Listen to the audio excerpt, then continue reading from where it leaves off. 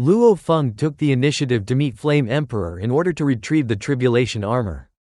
Following the instructions of his master, Sitting Mountain guessed, when Flame Emperor appeared, his aura was overwhelmingly domineering, a natural majesty radiating from him, the presence of a true overlord that inspired awe rather than resentment. Although he wore a smile on the surface, addressing Luo Feng as junior brother, and explaining that he had been delayed due to competing for treasures on the primal star, his words subtly carried the posture of someone superior. Flame Emperor emphasized that everything Luo Feng possessed had been granted by their master and advised him to cultivate humbly and strive to become a universe venerable, or even a universe master, at the earliest opportunity. Hearing this, Luo Feng felt uncomfortable with the condescending tone but maintained his composure. In truth, Flame Emperor harbored vigilance and even hostility toward this third junior brother.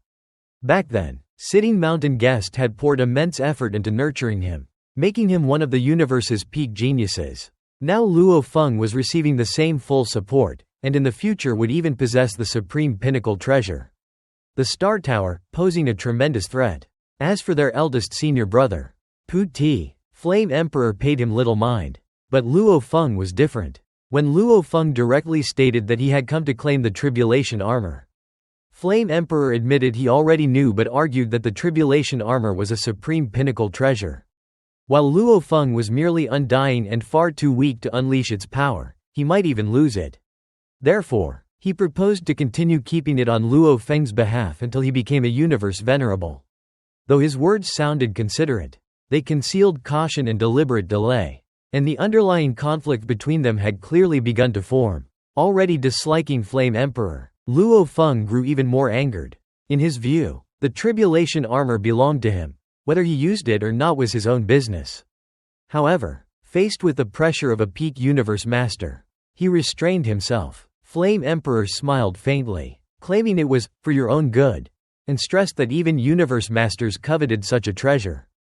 If Luo Feng lost it due to insufficient strength, he would disappoint their master.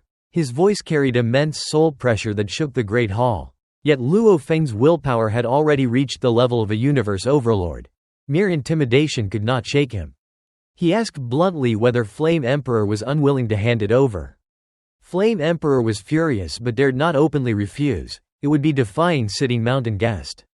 Instead, he insisted he was safeguarding it temporarily. Seeing the deliberate evasion, Luo Feng declared that if it was not returned, he would personally report to their master and turn to leave. At that moment, Flame Emperor's expression changed. He had intended to pressure Luo Feng into retreating without involving their master.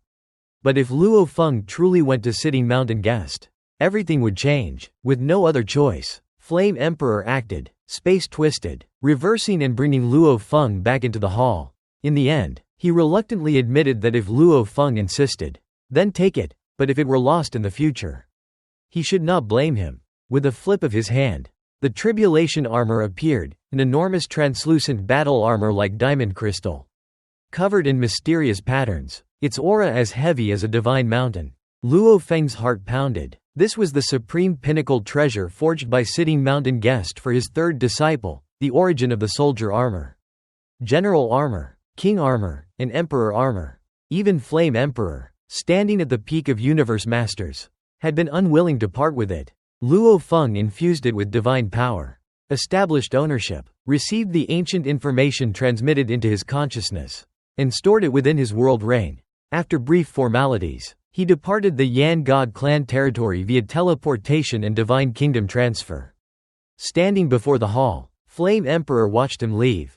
Deep in thought, he understood that Luo Feng's survival of the life and death inheritance was no coincidence. Sitting Mountain Guest was extremely selective in accepting disciples, and Luo Feng was the only one to succeed after countless years. Still, he believed that even if Luo Feng became a universe master, at most he would be an extraordinary one, not a threat to his life. Only upon reaching the level of universe strongest, those capable of reversing space-time and suppressing universal laws, would he become truly terrifying. Back in his divine kingdom within the Ganwu universe country, Luo Feng immediately tested the tribulation armor. When fused with his divine body, it merged seamlessly, every part connecting to every cell and transmitting boundless power.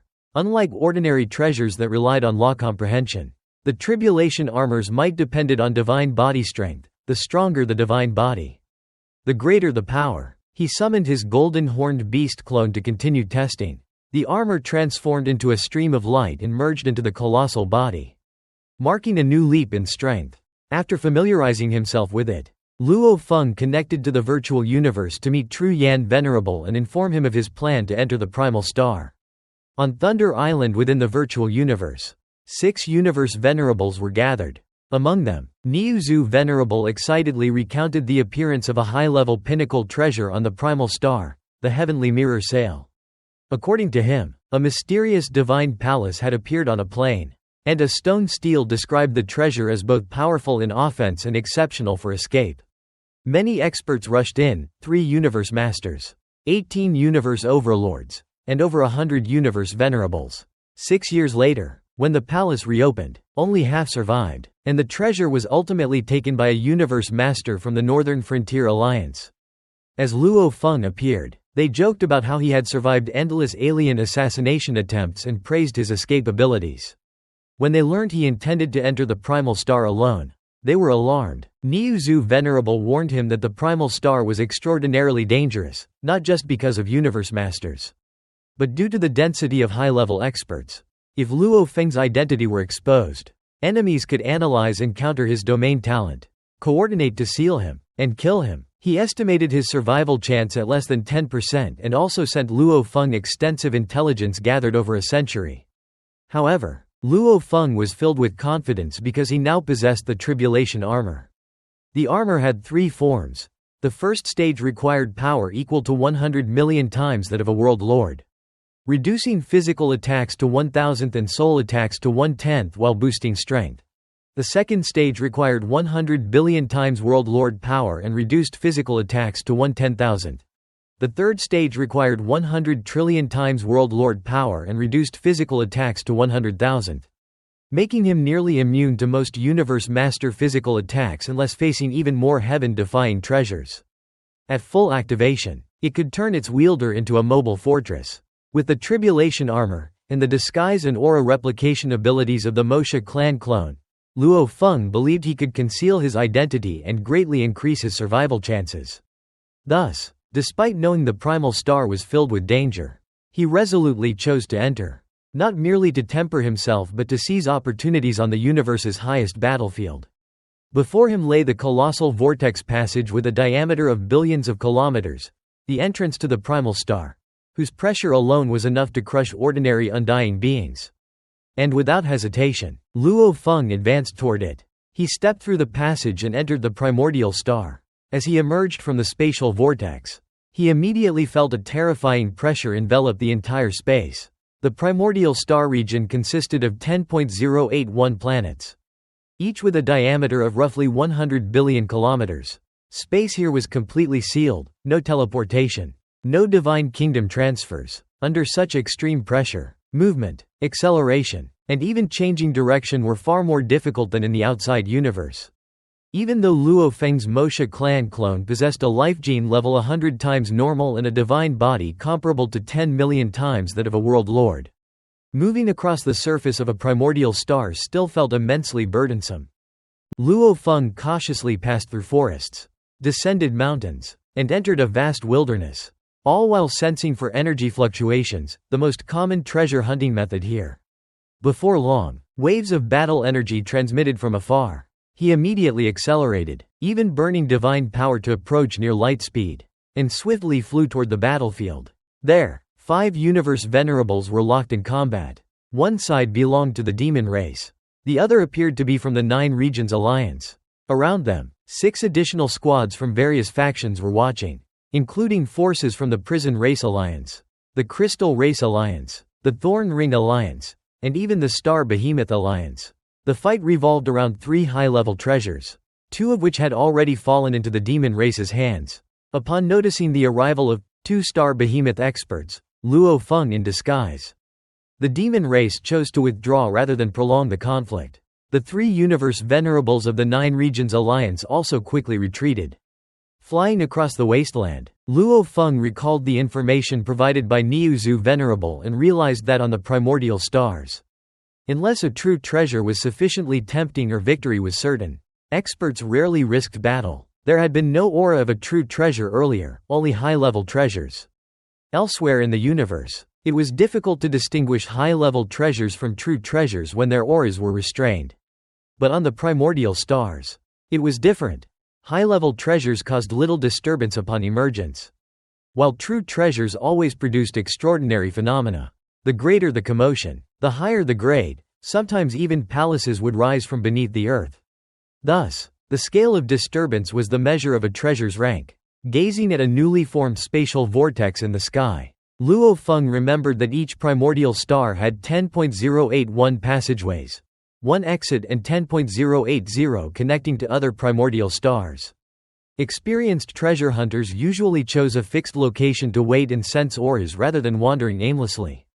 He landed atop an ancient low mountain range and felt the crushing pressure of the primordial star, so intense that weaker undying beings would struggle to endure it, yet the vegetation and rocks remained perfectly intact. He tested the soil and trees with divine power, but everything instantly restored itself, proving that all matter here was integrated with the planet and could not be taken away. Only treasures that emerged could be separated and collected. While walking through the forest, Luo Feng suddenly kicked something hard. Digging it up, he discovered a silver cube engraved with ancient patterns, a sealing-type high-level treasure capable of sealing space. No weaker than the star-sealing stars. The sheer luck of kicking a treasure while walking thrilled him. On the primordial stars, staying long enough could yield dozens or even hundreds of high-level treasures. Enough to exchange for a complete treasure set or even dismantle into materials for forging true treasures. However, crafting supreme true treasures like the tribulation armor, the Yuan soul, or the Yan god spear was nearly impossible. Only sitting mountain guest could achieve such feats. After imprinting his life mark, the treasure shrank into his palm. Yet fortune did not last. Over the next day, he found nothing more and simply waited. The primordial stars would remain open for 1.000 eras. True treasures were exceedingly rare. High-level treasures and ordinary true treasures were the main prizes contested. 2 years passed. Luo Feng obtained only 2 high-level treasures, decent efficiency. Though still largely dependent on luck, he disguised himself as a star behemoth alliance expert to avoid unnecessary trouble. Since the 4 pinnacle races, the human race, demon race, automaton race, and insect race, frequently clashed due to deep-rooted hatred, Luo Feng himself had not lived long enough to accumulate such profound enmity. Just as he was reflecting on 2 peaceful years without battle, a powerful aura suddenly spread, stronger than before. Possibly an advanced high-level treasure or even an ordinary true treasure. And very close by, Luo Feng immediately burned divine power and shot toward the source. Other alien squads rushed as well, including a flaming prison race giant and a 12-winged universe venerable. Luo Feng summoned his remote ocean clone, stored the Mosha clone, and prepared for combined combat. The remote ocean clone shrank into the form of the golden horned beast, coordinating with the original golden horned beast body, with the tribulation armor and the golden horned beast's massive divine body. His survivability was terrifying. The immense body and the double weakening from supreme treasures reduced physical damage to a mere 10,000. He was nearly unkillable. He soon arrived at a black marsh where a mountain-sized black sword hilt was slowly emerging, its aura sweeping across the region. Only one treasure was appearing, almost certainly a true treasure. Yet when he attempted to infiltrate it with divine power, he found it still connected to the earth and not fully emerged. He had to wait. At that moment, 3 prison race experts arrived, a golden flaming stone giant wielding a divine hammer, accompanied by 2 winged experts. Recognizing it as a true treasure, they demanded Luo Feng hand it over. He coldly responded, if they wished to seize it, they would fight to the death. Both sides revealed their true forms. The remote ocean clone expanded to over 9.000 kilometers tall, and the golden horned beast stretched over 10.000 kilometers long, blotting out the sky. The 3 high-level universe venerables of the prison race were startled but chose to cooperate. One entangled the golden horned beast while the other 2 targeted the remote ocean clone and the treasure. Luo Feng struck first, activating the Golden Thread Aurora domain, covering 100 million kilometers and heavily suppressing his enemy's speed and movements. The battle erupted fiercely. The flaming stone giant smashed down with his hammer. But the golden-horned beast's Shi Wu wings transformed into two massive blades and countered with starfire piercing the heavens. Meanwhile, the remote ocean clone unleashed the third move of the myriad star river diagram, condensing a colossal divine beast to strike the 12-winged venerable. With peak ultimate techniques, supreme treasures, a universe overlord-level divine body, and amplification secret arts, Luo Feng's combat power rivaled, and even suppressed, high-level universe venerables. The black sword below was on the verge of fully emerging. Reinforcements soon arrived, one team from the Han Alliance and another from the Northern Border Alliance. 8 high-level universe venerables attacked simultaneously. The golden-horned beast spread the Shi Wu wings wide, shielding the sword like a hen protecting her chicks. Despite the combined power nearing that of a universe overlord wielding a true treasure, Luo Feng stood firm, unmoved. At last, the black sword fully emerged and hovered in the air, its aura restrained like an ordinary treasure. Seizing the moment, Luo Feng left his life imprint and successfully refined it. Yet something was wrong. After refinement, the sword transmitted no information into his consciousness, no introduction, no control technique. According to Niu Zhu Venerable's data, naturally born true treasures of the primordial stars should carry innate information. This abnormality unsettled him. Under the continued assault of 8 universe venerables, Luo Feng shrank the black sword and fused it into a scale of the golden-horned beast. When they realized the treasure had been refined, all 8 understood that only killing him could seize it, but his defense was nearly impregnable.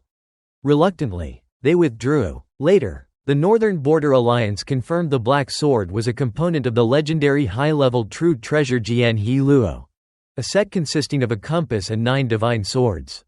When fused, they could form an endless sword river of terrifying power. Previously, only 1 sword had appeared, 8 remained missing. The one Luo Feng obtained was clearly among them. In the virtual universe, at Han Alliance City, news of the treasure spread rapidly. A bald universe venerable replayed footage of the sword's emergence. He was one of the attackers Luo Feng had just fought. Luo Feng, still puzzled by the sword's silence, also entered the virtual universe intending to consult Niu Zhu Venerable. But as he stepped into the gathering of experts, his gaze froze. The one displaying the footage was precisely the bald universe venerable who had attacked him on the primordial star.